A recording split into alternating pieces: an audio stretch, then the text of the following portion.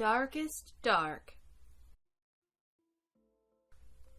The Darkest Dark, written by Chris Hadfield and Kate Fillion, illustrated by the Fan Brothers.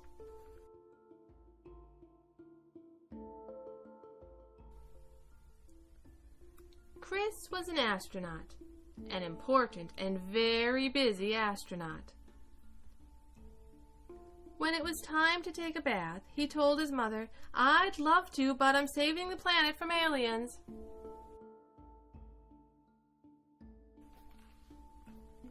When it was time to get out of the bath and go to bed, he told his father, politely, because astronauts are always polite, "Sorry, no can do. I'm on my way to Mars." An astronaut's work is never done, so astronauts do not like to sleep.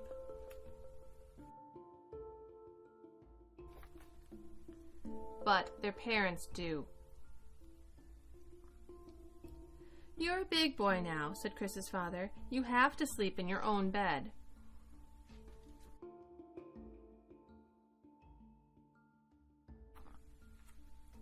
And Chris tried, he really did, but his room was dark. Very, very dark. The kind of dark that attracts the worst sort of aliens.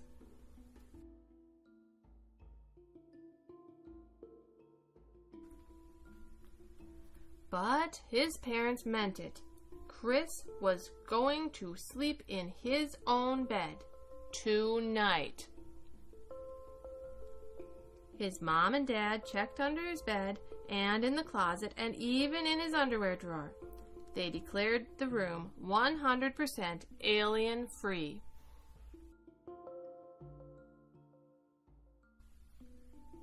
They tucked Chris in. They turned on the nightlight. They even gave him a special bell to ring if he was nervous. Clang! Clang, clang! Clang, clang, clang! They took the bell away.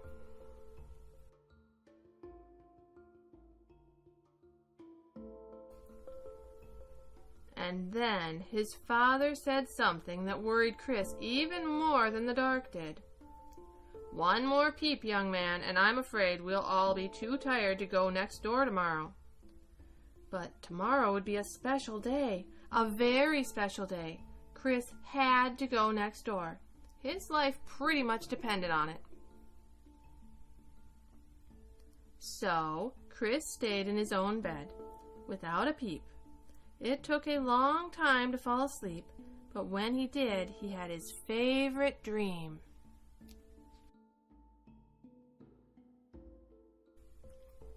He flew his spaceship all the way to the moon.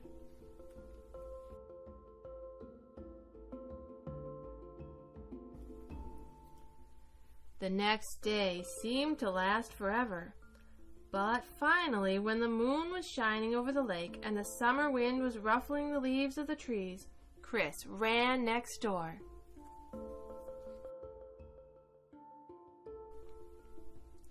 The house was already full of people, all gathered around the TV, the only TV on the whole island.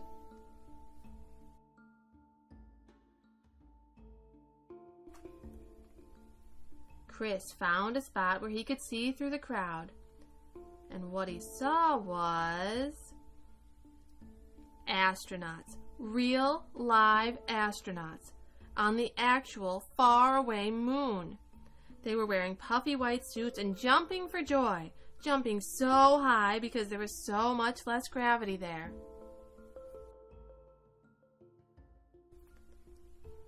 The grown-ups huddled around the TV were amazed. Their whole lives long, they'd never expected to see this sight. Even Chris, who had been to the moon just the night before, was amazed. He'd never really noticed how dark it was there. Outer space was the darkest dark ever.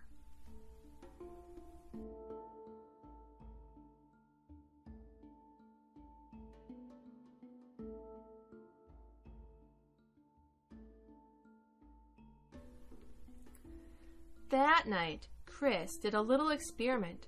He turned off all the lights in his room even the nightlight. It was still dark, very, very dark.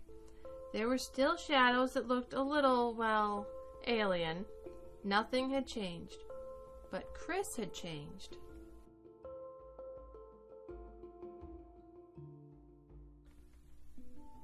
He'd seen that the darkness of the universe was so much bigger and deeper than the darkness in his room, but he was not afraid. He wanted to explore every corner of the night sky. For the first time, Chris could see the power and mystery and velvety black beauty of the dark.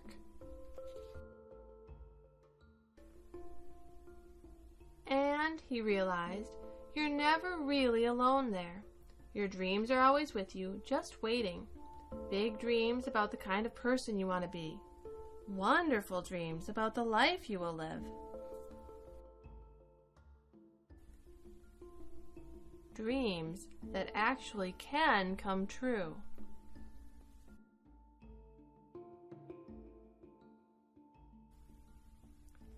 About Chris Hadfield. Growing up, Chris Hadfield spent every summer at his family's cottage on Stag Island in southern Ontario. Like just about everyone else on the island, the Hadfields didn't have a television set, so late in the evening of July 20th, 1969, Chris and his family went to a neighbor's cottage to watch the Apollo 11 landing on TV.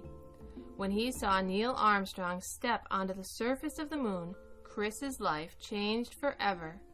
He knew he wanted to be an astronaut too. At the time, it was impossible. For one thing, he wasn't a grown-up yet. For another, all of NASA's astronauts were American. Canadians weren't even allowed to apply for the job. But Chris decided to start getting ready, just in case things ever changed. He worked hard at school, learning everything he could about science, rockets, and space. As a teenager, he learned how to fly gliders, and then, after graduating from military college, he became a fighter pilot. Later, he became a test pilot who helped make military aircraft safer. In 1992, almost 23 years after that summer night on Stag Island, Chris's dream came true. The newly formed Canadian Space Agency chose him to be an astronaut. Since then, he has orbited the Earth thousands of times on 3 separate missions.